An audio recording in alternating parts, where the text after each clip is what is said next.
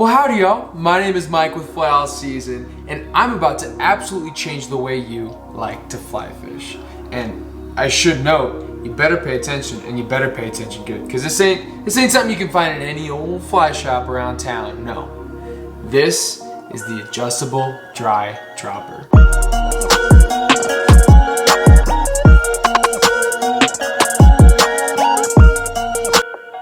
Hey man, just show us the rig. Okay, easy. Now I'd be willing to bet that you've combed through every Orvis article, gone through multiple fly fishing forums in your days, trying to find the key, the code to this almost perfect rig. I mean, almost perfect. You think, you're fishing on the dry, you're fishing on the drop. That's like chocolate and peanut butter. That's like cookies and milk. It's so close to perfect, but it's inherently flawed. Yeah, inherently flawed. And to explain this, I think I gotta go full hippie mode. Stand by. The tippet industry and the fly industry are trying to keep you down, man. All the time spent rigging, all the endless feet of tippet you gotta use just to change depths and all the flies you gotta buy. No way, man. They're trying to keep you down. I don't know that for a fact that it's the man trying to keep you down, but I will say it is limited. You think about on the water. Time on the water is precious, and you don't want to be spending it re-rigging, having to mess with tippet, and that's what the traditional dry dropper rig kind of limits you to, because you can only have one depth. And I don't know about y'all, but a lot of the rivers I fish, they change all the time, and that kind of got my noggin working, got that engine revving, thinking, what in the hell are we doing? There's got to be a better way. And I'd like to tell you that I have found a better way, and I'm about to flip the fly fishing industry on its head. This game-changing but also fairly simple fly design has helped me catch so many fish. I've been holding this secret close to me, holding it tight to the chest for about the last year or so now, and I don't know, sometimes when I think about it, I can still remember the first time I ever took this prototype rig out. Sure, rig, but I'm not here just to play. I've got some work to do. I've been prototyping. Oof. Man, I don't even know if I want to show you guys. I've been toiling away in my brain thoughts of spring and summer and dry dropper rigs, and I think I might have come up with something a little bit cool. Oh man, that takes me back. You can kind of get a good idea just by the hair. It's a timestamp of just about a year and some change, and I really need to buckle down, and I need to be serious with you guys here, because this rig, I wholeheartedly believe that this could change the game. In the proverbial world of the fly fishing industry, I like to vision it as a stagnant bee or wasp nest. It's just kind of sitting there. It's like every year it kind of grows, but for the most part, it's just kind of there. And I look at myself, I look at this rig like the proverbial boot, making clean and steady contact with the industry. Okay, maybe that's a bit excessive, but you get the point. This adjustable dry dropper rig is probably the best idea to come out of this noggin ever. I promise you that. This thing is a game changer. How many other indicator rigs in general do you know that can move up and down your line with such ease, while at the same time having the ability to catch fish? Folks, I can't emphasize how, I don't know, how revolutionary I think this could be. I've kind of played around with the name, I've played around with the idea, you know, in past videos, and even in this video, I've been teasing it. But folks, I would like to formally introduce you to the FASADD, the Fly All Season Adjustable Dry Dropper. Pretty simple, right? I think so, at least. And if you're not convinced yet, well, there's a good chance you're a dirty Euro nympher and your daddy never taught you how to double haul. And hey, that's fine. But for the rest of you out there who need a little bit more convincing, I think we should roll the footage. Future Mike, roll the footage. That's so sick, let's go, baby. Oh my gosh. Boom, that's awesome. Ooh, hopper, baby. And that freaking fish, he yomped it down.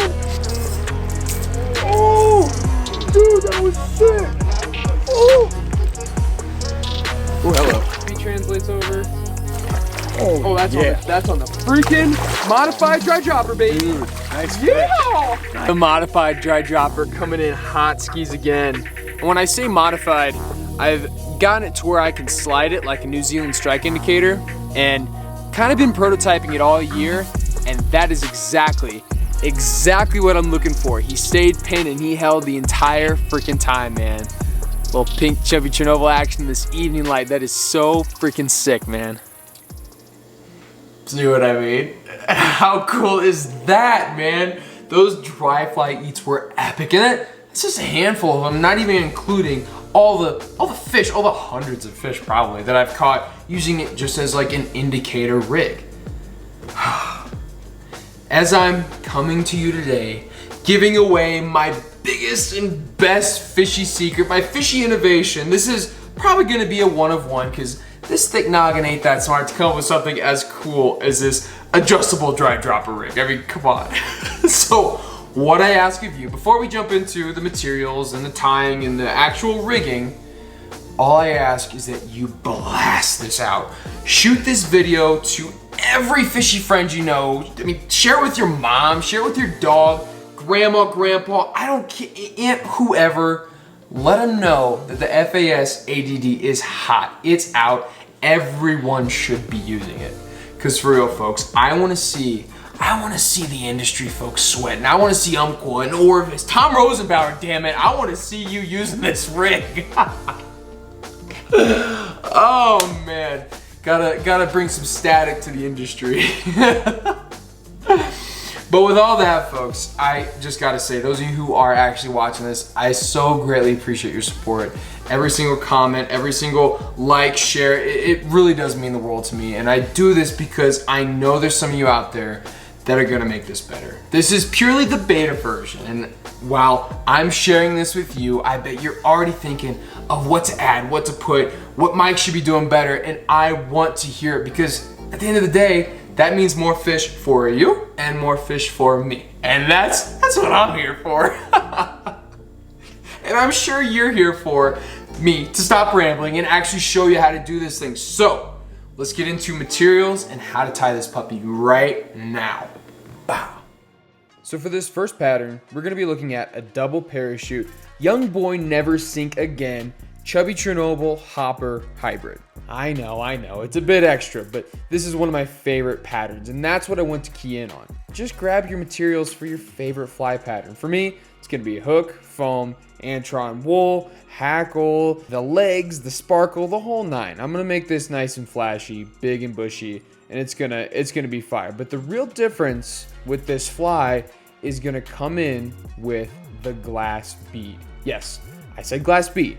That is gonna be the key component to make this adjustable when working with our surgical tubing, our generic surgical tubing. But we'll make sure to look at that much closer in the rigging portion of this vid, so stick around for that.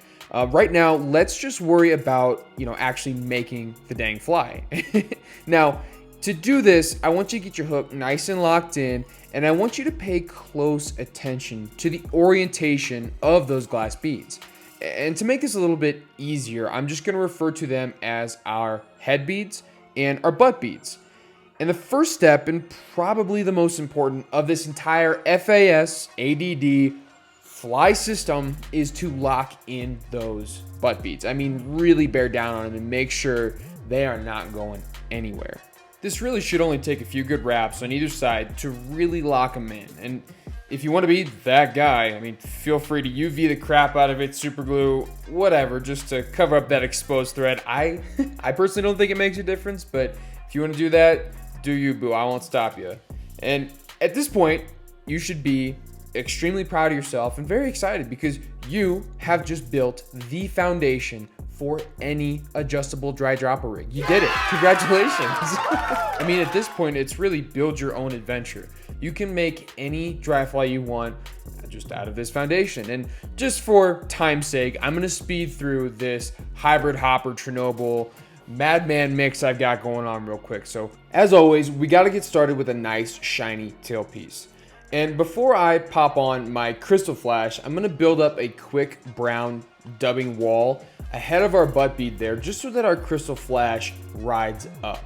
I've had it happen before where the crystal flash is all over the place. It gets caught under your hook bend, and I think it messes up the presentation. So this is just a good preventative measure. And once that's where you like it, cut that to length, and now let's start worrying about our foam. And foam can be kind of one of those materials, tough to work with at first, but once you get it down, it's fine. I would just suggest using really, really heavy thread. And once that's nice and locked in, let's look at our legs and parachute. And you might be asking yourself, is this extremely extra? Well, viewer, yes it is. Do I care? No, not at all. I want this thing to float long and strong like the USS Enterprise, man. And that is exactly what this double parachute is gonna do. I mean, come on, look at that fly. The end result is dimey dime. That thing is gonna ride high for days. But wait, Mike, I don't use flies that big. Stop. This works on small flies too. This is a brand new caddis design I've been working on for a while now.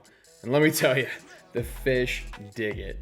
I don't want to bore you guys too much with another fly tutorial. I just want to give you guys a better idea of how the adjustable portion of this fly might look on a smaller hook.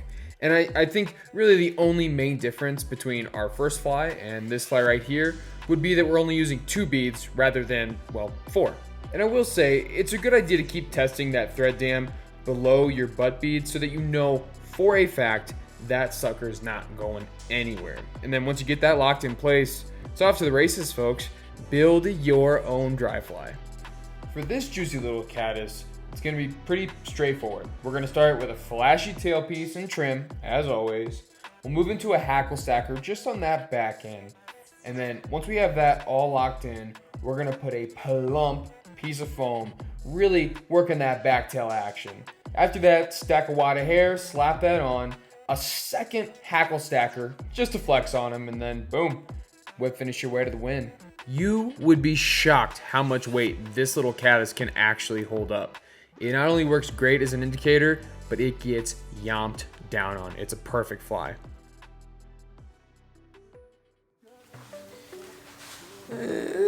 That's just gonna have to work. I'm assuming at this point in the video, you have stopped it and gone off and tied up a bunch of these adjustable dry dropper rigs, or your Amazon cart at least has a ton of the materials needed. And now you're wondering yourself, well, Mike, how the hell do I make this puppy move? Don't worry, don't even sweat it. I'm gonna tell you right now. There's a certain, I would say, order of operations you gotta go to, and it all starts with having a nice section of tippet.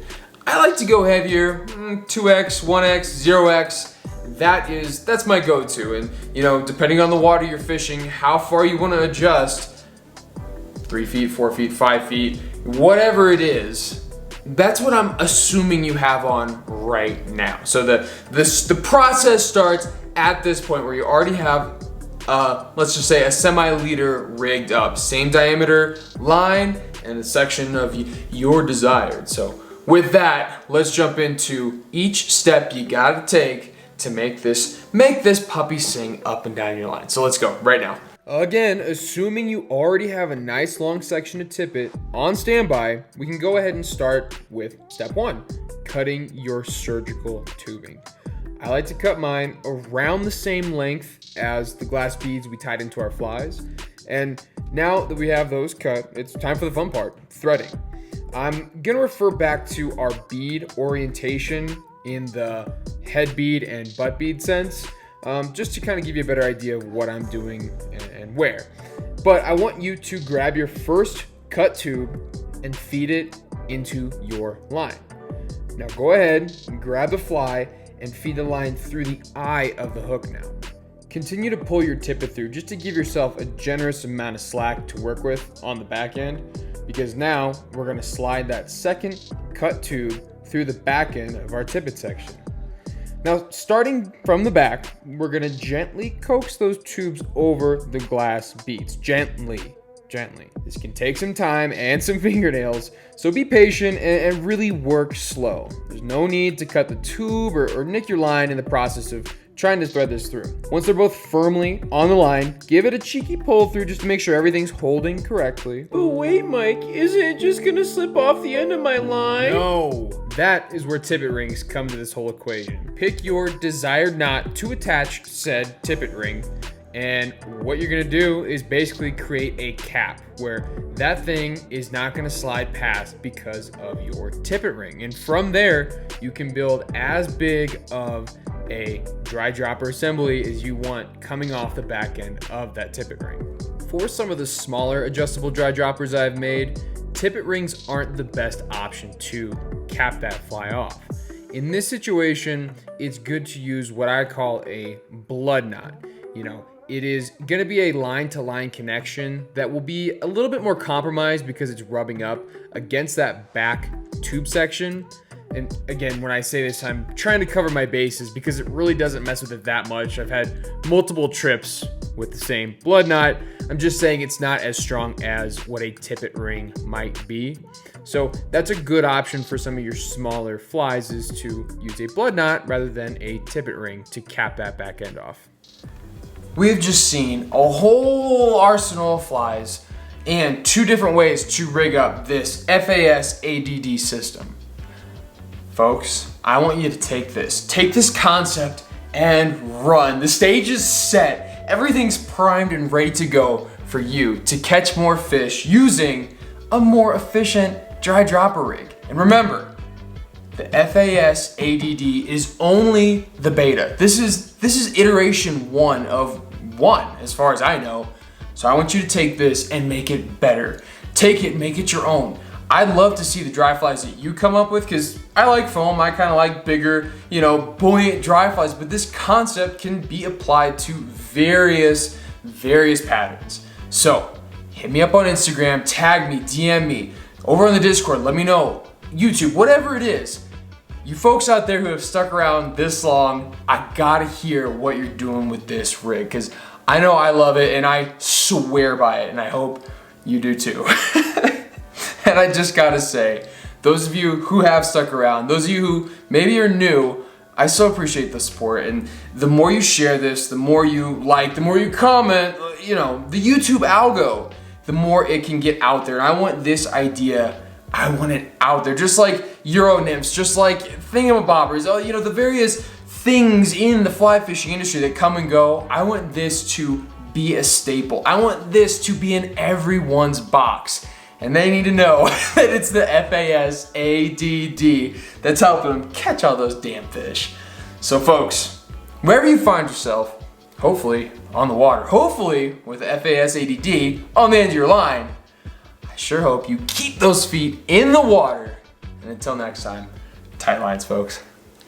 Well, howdy there. You have made it to the end of the video. Thank you so much for your support and watching it all the way through. It really helps me out. And I'm glad you like it, honestly. But speaking of support, if you want to check out fly all season related content across all the platforms, I've got the Instagram and the Discord linked down below. It's an awesome way to connect with other fishy folks from all across the United States and kind of keep up what's going on with fly all season. And I will say, I got to give a big fat cheeky plug to the Discord, because it is quite possibly the most fun I have. Going on there, seeing what all the folks are talking about. We have folks from the East Coast, West Coast, Midwest, all the way through North, South, East, West, all over, and it's only growing. So get in there now and yeah, talk it up, man. It's so cool to see. And if that doesn't convince you, we have a monthly contest, a fly of the month, if you will, where you submit your awesome flies that you've made throughout the month, put them in the cord, and then everybody votes on them, and then you have a winner. And speaking of winners, big shout out to this month's winner. That fly, woo, that is one crispy boy. So folks, I sure hope to see you over there. And as always, you know the deal. Whenever you're in New Mexico, the Midwest, the Driftwest, wherever you are, make sure to keep those feet in the water. And until next time, tight lines.